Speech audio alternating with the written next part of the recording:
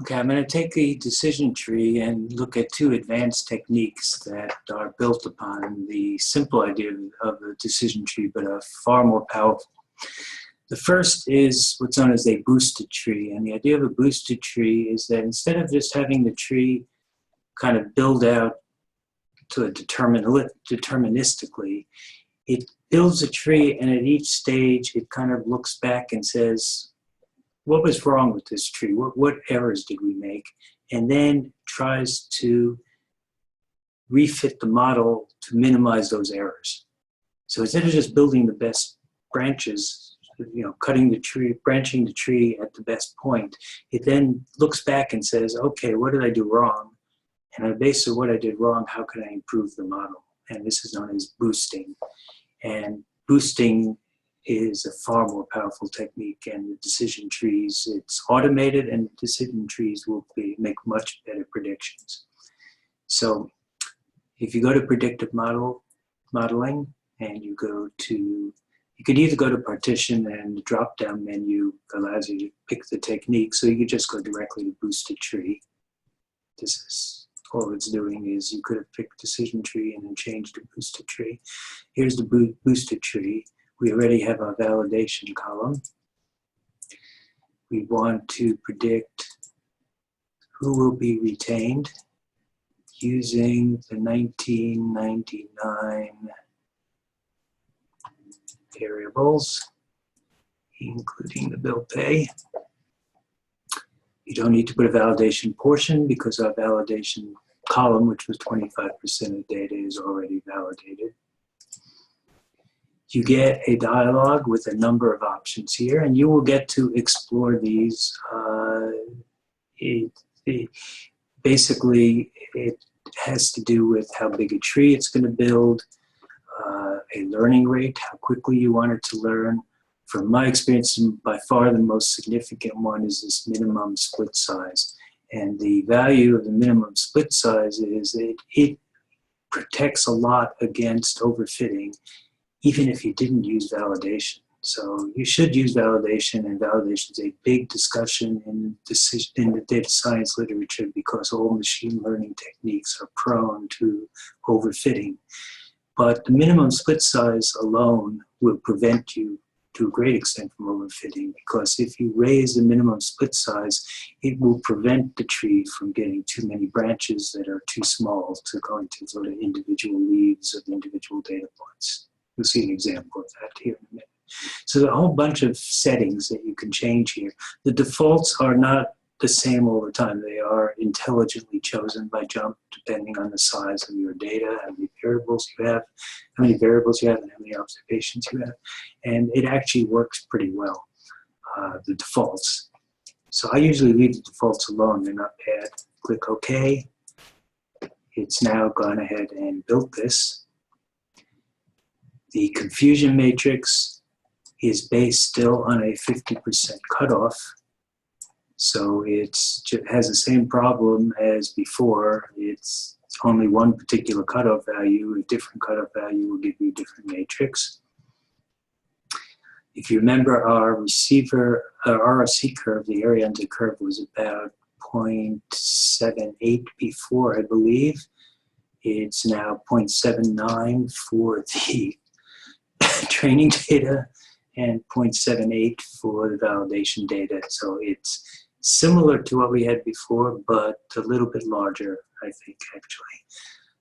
Column contributions I forgot to look at before, but of course that's potentially one of the more interesting things to look at because it shows how important different variables are. And importance here is measured in a sense by how often that variable is used in the tree that it's building. So tenure is the most important here, followed by age, followed by income. You can look at a lift curve. It's similar to what we were looking at before. It looks like 3.2 for the top 10%.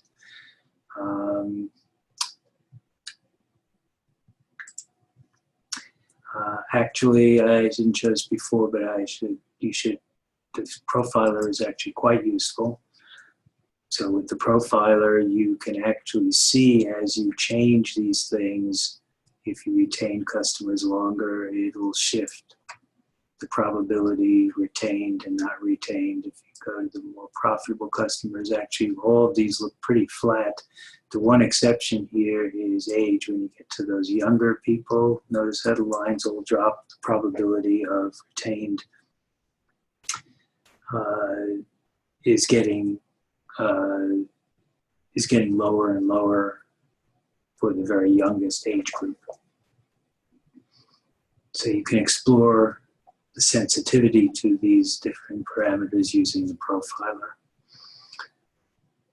You can also go here and save the prediction formula. And just for comparison's sake, let's go to relaunch analysis. Click OK. And let's change the minimum split size. Instead of 5, let's make it 10.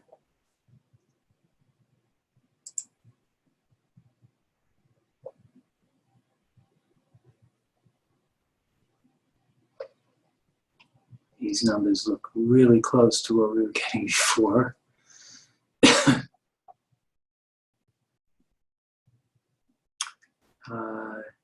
Actually, they're so close, I think it'd be more interesting to change it the other way. Let's change it to 2. So relaunch the analysis. Let's let our tree get really quite detailed.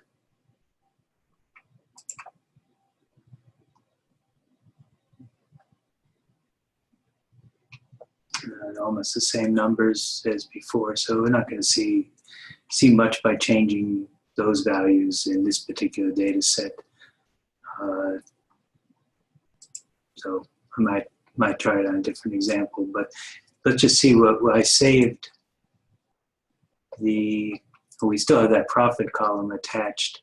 So notice we do get all the profit columns automatically produced because we have that as a column property.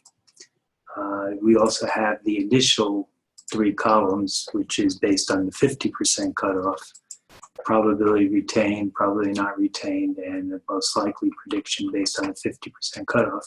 But again, the interesting columns to look at is the actual retention and the probability of retained. And so from our boosted tree,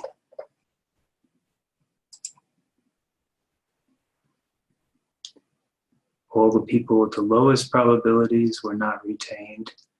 There are still a few up in this region up here, darker shades that our model thought we had a high probability of retaining, but were actually not retained. So it looks very similar to what we got from the decision tree. The boosting doesn't appear to have done too much here.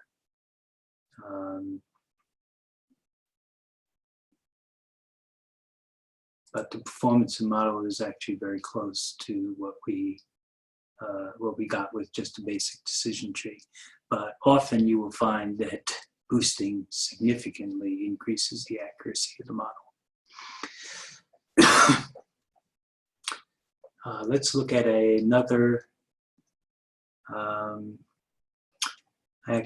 don't want those profit columns because I didn't think very carefully about how to enter that profit matrix. That was just an example to show you how it works. So let me also delete that property so we don't keep getting it.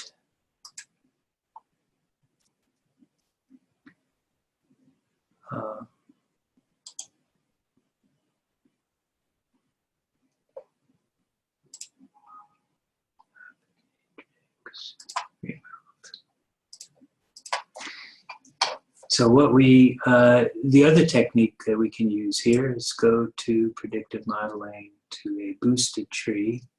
The boosted tree, the bootstrap forest, which is also known as the random forest. And what the random forest does is a really incredible technique. It actually is commonly used, is often the winning model in data competitions.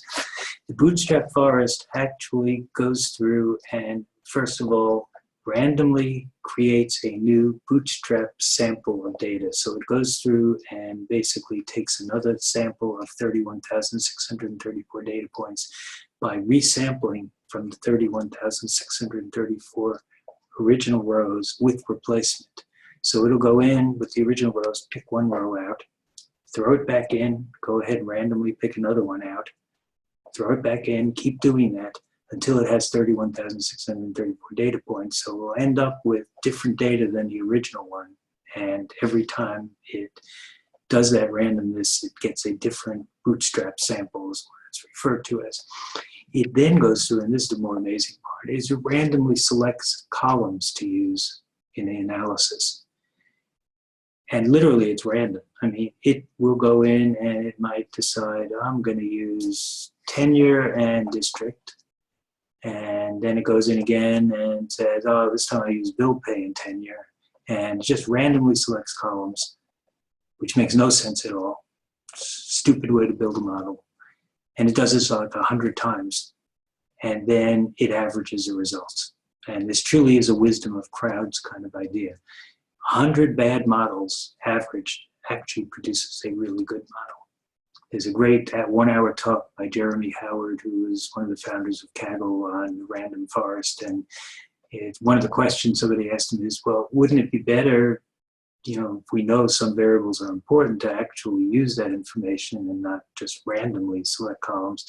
And Howard said, no, actually it'll do worse. The whole value of this technique is having completely independent models built, because it's the averaging of very independent models that actually produces the good model. So you want stupid models to be built, and I'll show you what they look like here. So let's go into predictive modeling to a bootstrap forest. It wants a y variable. It wants the same x variables. And bill pay. We'll use the validation column that we had. If you didn't set one, you could put a validation portion here. We'll keep the informative missing. Click OK. There are a bunch of settings here. How many trees you want it to build. Again, these are intelligent defaults. You don't really have to change them. They work pretty well, but it's worth probably exploring. The number of trees doesn't matter. It's probably not going to have to build 100 anyway. What does matter here is the minimum split size, and it's intelligently chosen by jump. So before we were seeing numbers like 5, it's now saying 31. It's not going to allow it to build very detailed trees. That's a way of trying to prevent overfitting. So even if you didn't use validation, it would actually not overfit very well, because it'll never build a branch of a tree that has fewer than 31 observations along that branch. So there's a bunch of settings here that you can use. In the book describes, changing some of these settings. And there's some automated techniques to actually have it do this number of times. There's some randomness, quite a bit of randomness built into this. So every time you run Bootstrap Forest, you will get slightly different results. But let's just run this one as is. Now notice in the confusion matrix, it's not predicting anybody will not be retained in either the training or the validation. That doesn't mean it's a bad model. That merely means it has not produced any probabilities as high as 50% that we will lose a customer. So it's predicting we'll keep all the customers. But the real question is, it's producing different probabilities for each person. Are the people with a higher probability of retention more likely to be retained than the ones with a lower probability? Notice the area under the curve is actually not as high as we were getting before, but it's certainly not as bad as random. It's not 0.5, it's 0.74, 0.73 here. Income is the most significant variable in these. Age is second. You can also look at a lift curve, very similar to what we were getting before for the lift curve. The area under the curve is a bit lower than it was. we can save prediction formula here. But before we look at that, let's just see a little bit what this looks like. Let's show these trees, tree views.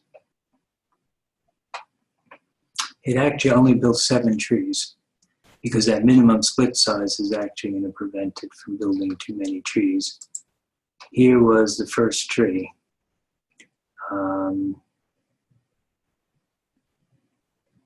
Actually,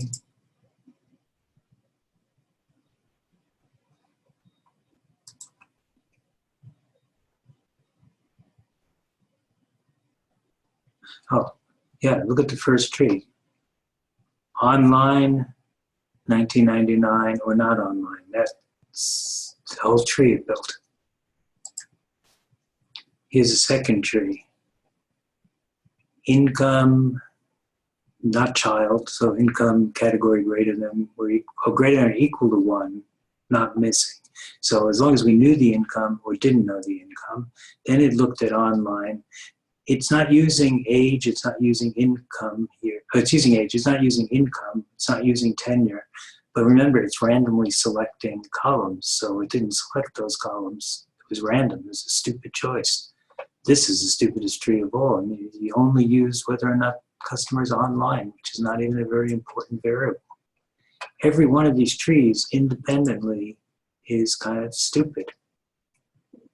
Uses different sets of variables, does the best it can building these trees. None of these trees are particularly insightful. But its prediction at the end is based on the average of all these trees. So when we look at the probability, second probability,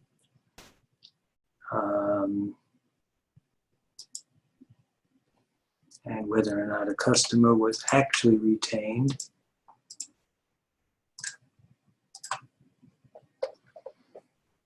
Here's our not retained customers. Again, all the lowest probabilities are there. Unfortunately, I think at this point I would worry a lot about this. We've got a good group of people that we had like well over a 90% chance of, or over a 90% chance of retaining them. Looks like the number is 0.908. And we did not retain them, so they're not retained. So we made kind of a serious error there. Let's go back to this tree for a minute. Let's see if we can improve its performance. Suppose we relaunch this analysis. And instead of a minimum split size of 31, what happens if we lower that minimum split size of 10?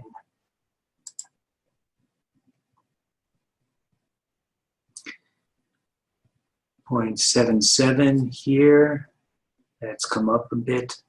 This has risen a little bit, but not as much as the other, because probably there's greater chance of overfitting going on here, but I think this model actually will do better than the original model. Notice it's producing a prediction of a few people not being retained. That's just telling you that it has some lower retention probabilities, but not many, because with a 50% cutoff, almost everybody's got more than a 50% chance of being retained.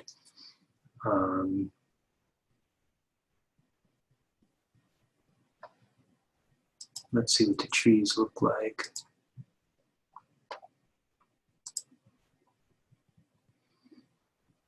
It's only built 3 trees here. Why is that?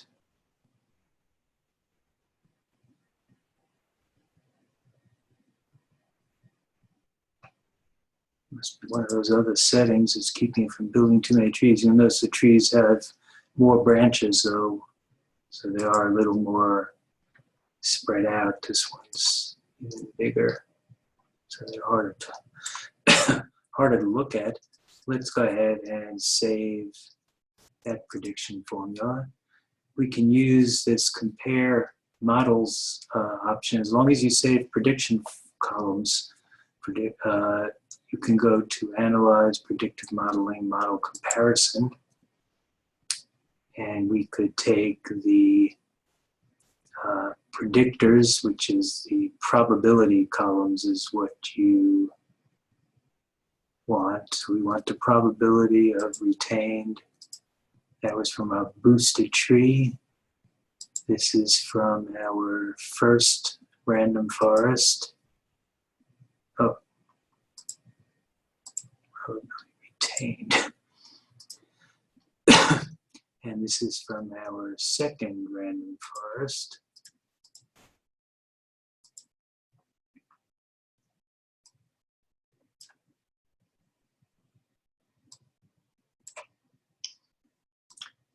And what you'll get are some measures here, misclassification rate, which again is based on a 50% cutoff, so I don't think that's the most valuable measure. This R-squared measure, I wouldn't worry about the actual value of it, although I think it does kind of order these things somewhat correctly. You'll notice that the misclassification rate was lowest for the boosted tree, which had the highest of these R-squared measures compared to the other two. They actually got worse in my last bootstrap forest, where I lowered the minimum split size to 10. Usually random forest is better. Let me just take another attempt, see if we can make it work better by changing one of these settings. So minimum split size of 31. Let's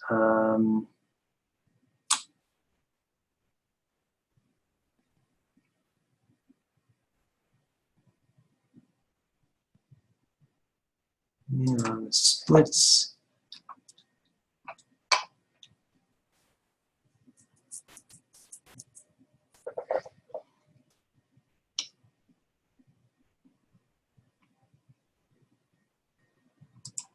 Let's try changing the term sampled per split to 2.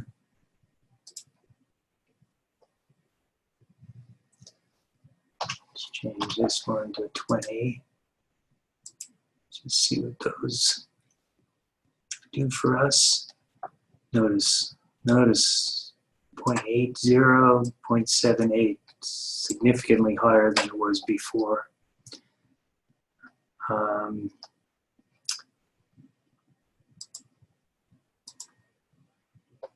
terms of lift curve, similar to before, it looks like it might be a little bit higher. Let's see what some of these trees look like. So I built some more trees now, getting more of that averaging effect of the random forest. So in no particular order to these trees, but you can see actually they are a bit more complex than they were, but they're still equally random. It doesn't make sense to look through them because you don't even know what random columns it selected for each tree. So it wasn't thinking about this thing, what do I think are the most important columns? It really took a random selection of columns every time to build this. And the area under the curve actually is higher than it was before. Let's go ahead and save that prediction formula.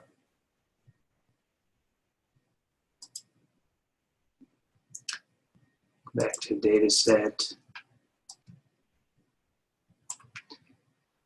Take this last probability of retained and the actual retention.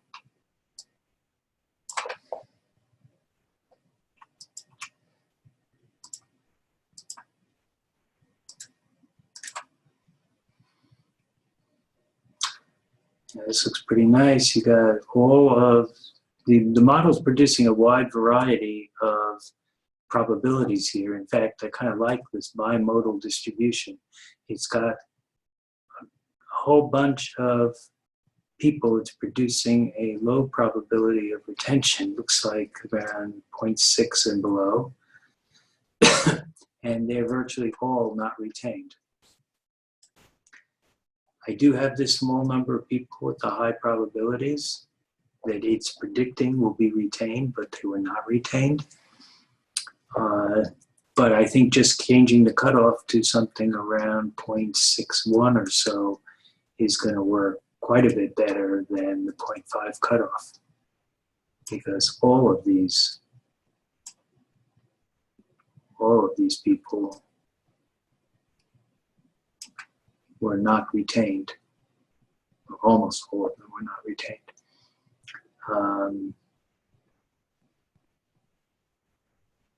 Yeah, it may not quite be true. Assuming I've got that selected, looks like about half and half. But you can tell by the area under the curve, which was almost 0.8, that it's now doing a better job. There's some probability cutoff that will produce a lower error rate. Let's see if we can get it to go just one better by going the same direction what we just did. Let's sample a few more terms per split, 3.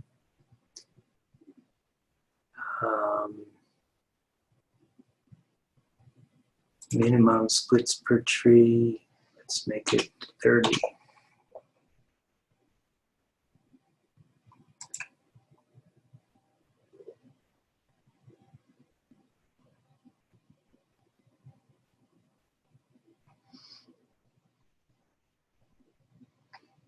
.84, but notice over here, this is not really getting better. It's at 0.78.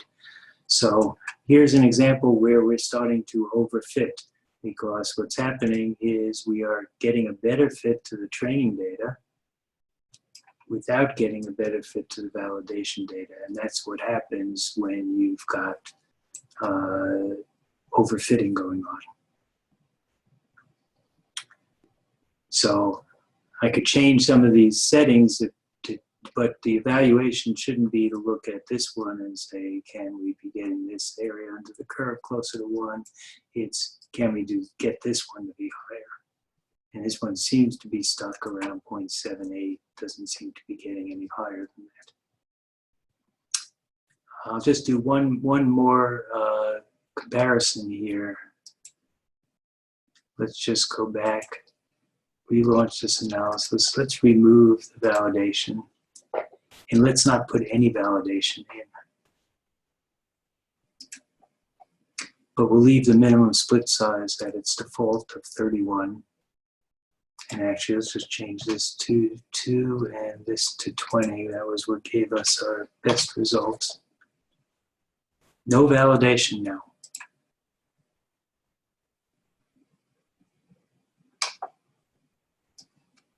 With no validation, we only get one matrix, confusion matrix for training.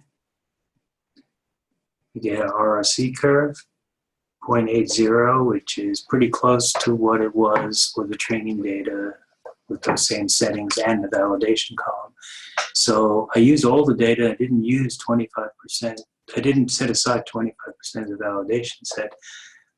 And it's still not going to overfit the model very much because of that minimum split size.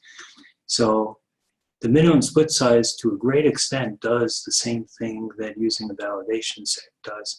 It prevents the decision trees that are getting built from getting too detailed, which is the way overfitting would occur.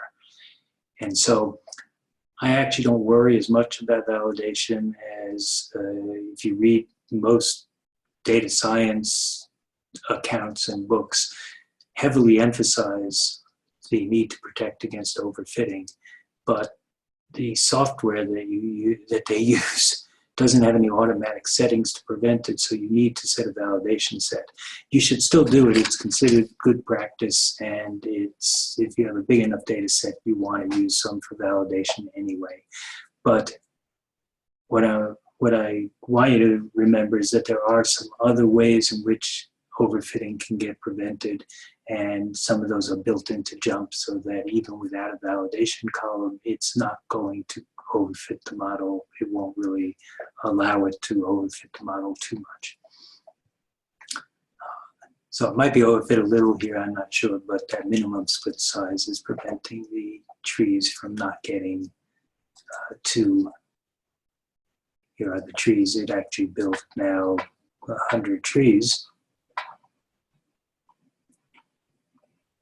And you see the rank here, actually the best tree it built was the very second one. It had 71 splits in it. Some of these trees are really quite simple. Again, they randomly selected columns with bootstrap samples of rows. And so there's no particular logic to these. They're not trying to build better trees, each tree. It's just taking another random tree, but the final prediction is an average of all of these. So that's the way the bootstrap forest works. It's easy enough to run them. Basically, any data set where you're trying to do a classification problem, I would do a bootstrap forest. I would also do a boosted tree. And as we'll see, you can do logistic regression. We'll do that. We'll do a neural network. We'll do a naive Bayes, and we'll do k-nearest neighbors. You should run at least those 5 because they're easy to run. You save the predictions, and you can compare the models, the different models and their ability to predict. But these are just based on decision trees. So you've got the basic decision tree, which I do only for exploratory purposes, run it, do a bunch of splits just to get a sense of what variables are contributing the most and what matters the most. But rather than doing by hand, you want an automated procedure, and both the boosted tree and the bootstrap forest do it automatically and generally will perform better than a just basic sort of hand-built decision tree.